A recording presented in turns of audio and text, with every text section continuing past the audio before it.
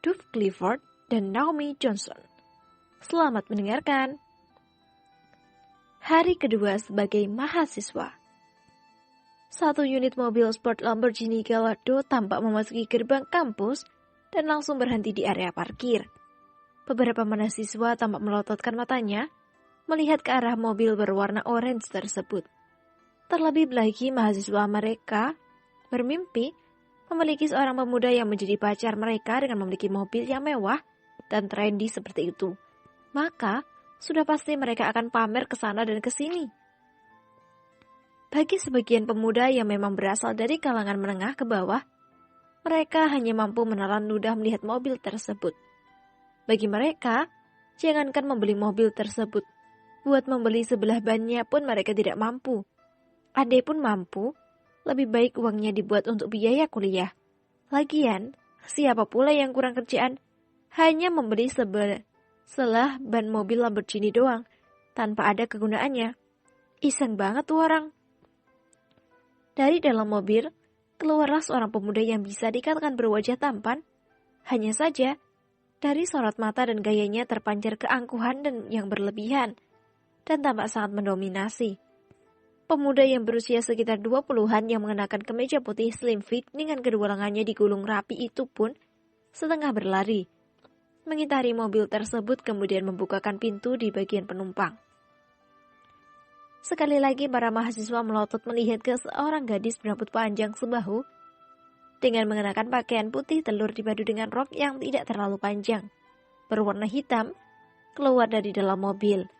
Kemudian tanpa mengucapkan sepatah kata pun, dia langsung bergegas menuju ke ruang lift untuk naik.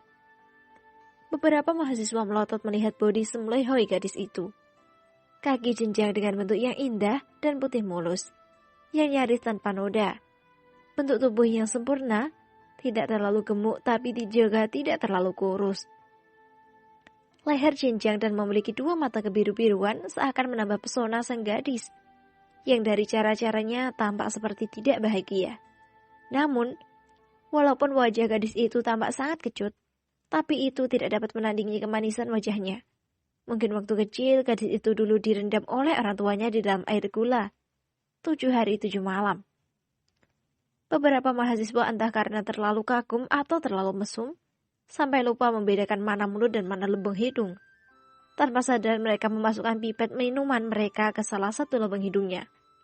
Ketika menyadari barulah mereka tersedak dan langsung meninggalkan tempat itu, mungkin malu dengan ketololannya. Sang pemuda yang tadi membukakan pintu, tampak hanya mengangkat sedikit pundaknya karena merasa diabaikan oleh gadis tadi. Sambil membanting pintu mobilnya, pemuda itu kini melangkah santai dengan maksud menuju ke kantin. Baru beberapa langkah dia berjalan, muncul 4 orang pemuda yang sebaya dengannya, yang langsung menyambut pemuda itu dengan sangat akrab. Jika tidak ingin dikatakan lebih ke arah menjilat. Hidup, gadis baru lagi ya? Ada apa dengan gadismu yang lama? Tanya seorang temannya, salah satu dari keempat pemuda tadi. Ternyata nama pemuda itu adalah Dove Clifford, putra satu-satunya dari 3 bersaudara dari keluarga Clifford. Keluarga paling kaya di kota kuantum ini. Hahaha, wanita bagiku ibarat pakaian, bosan, tinggal buang, tukar dengan yang baru. Kata pemuda bernama Dove Clifford itu menjawab pertanyaan salah satu dari keempat pemuda yang menghampiri dirinya tadi. Bukankah gadis tadi adalah Naomi, putri dari keluarga Johnson, pemilik kampus ini? Tanya pemuda satunya lagi.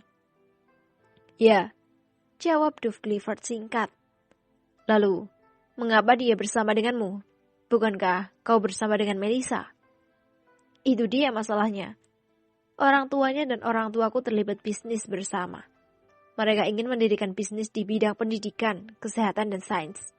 Entah kenapa, tiba-tiba tercetus ide mereka untuk menjodohkan kami. Aku sih tidak ada masalah. Bagiku, tetap sama. Setelah bosan, paling dia hanya akan menjadi penunggu rumah. Kata Dove sambil berlagak cuek, lalu melenggang meninggalkan keempat pemuda tadi yang hanya geleng-geleng kepala saja, mendengar jawaban dari Dove. Hei, Tie, apa yang kamu lakukan di sini? Tanya seorang pemuda yang baru saja turun dari lantai atas. Kau ternyata Jo. Kaget pemuda bernama Tie tadi lalu kembali fokus menatap sesuatu yang berada di depannya, yang sejak tadi sangat menarik perhatiannya. Apa yang membuatmu begitu serius, Tie? Tanya Jo merasa heran, karena sahabat barunya itu nyaris tak berkedip. Wah, Lamborghini Gallardo, kata seorang lagi pemuda yang baru saja turun kemudian memegang pundak Jo dan Tie. Kapan ya kita bisa punya seperti itu, Silas? Tanya Tie kepada pemuda yang baru saja tiba setelah Jo tadi. Aku tidak berani memimpikannya, Tie, terlalu tinggi. Takut nanti jatuhnya sakit. Jawab pemuda bernama Silas tadi sambil terus merangkul pundak kedua sahabatnya itu. Bermimpilah, karena mimpi itu gratis. Namun, kau harus tahu, jangan hanya sekedar bermimpi. Semua diawali dengan mimpi. Tetapi, kau harus bangun untuk meraihnya. Kau harus menggapai mimpi itu. Tidak ada yang mustahil. Lagi pula, itu hanya mobil sport Lamborghini seri yang rendah. Tidak ada yang terlalu istimewa, kata Jo dengan cuek. Aku mengamini perkataanmu yang di bagian pertama tadi, Jo. Namun, untuk bagian akhir dari perkataanmu barusan, aku kurang setuju. Perkataanmu itu terkesan sombong. Celetuk Silas yang merasa bahwa perkataan dari Jo yang menyepelekan mobil Lamborghini Gallardo sebagai mobil terendah dari Lamborghini terkesan seperti besar pasak daripada tiang. Menyadari kecerobohannya dalam berucap, Jo pun segera mengatupkan mulutnya. Dia tidak ingin berbicara lagi, khawatir akan keterlepasan bicara sekali lagi.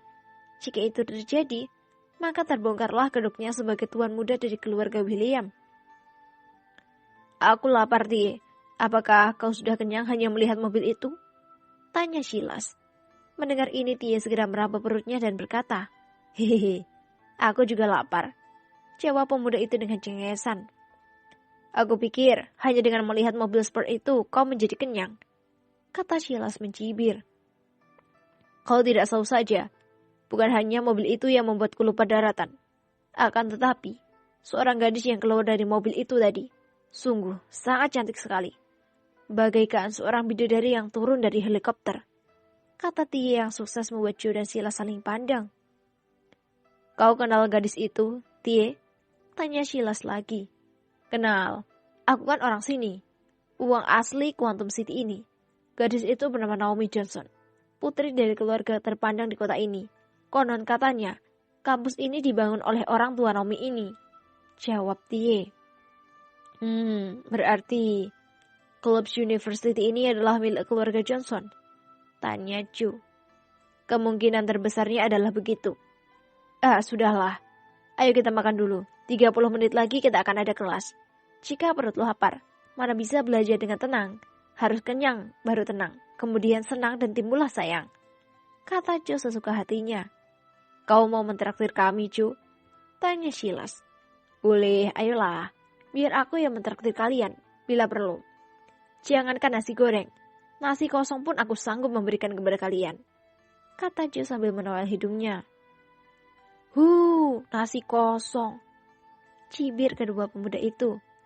Ayolah, terserah kalian mau makan apa. Ayahku baru menjual sapi 1 kandang. Kita bisa makan sepuasnya. Kata Jo sambil mendahului kedua sahabatnya itu. Baiklah, kita lihat saja. Apakah anak songong itu mampu membayar semua yang kita makan dan yang kita minum nanti? Kata Silas bergegas mengejar Jo yang telah mendahului.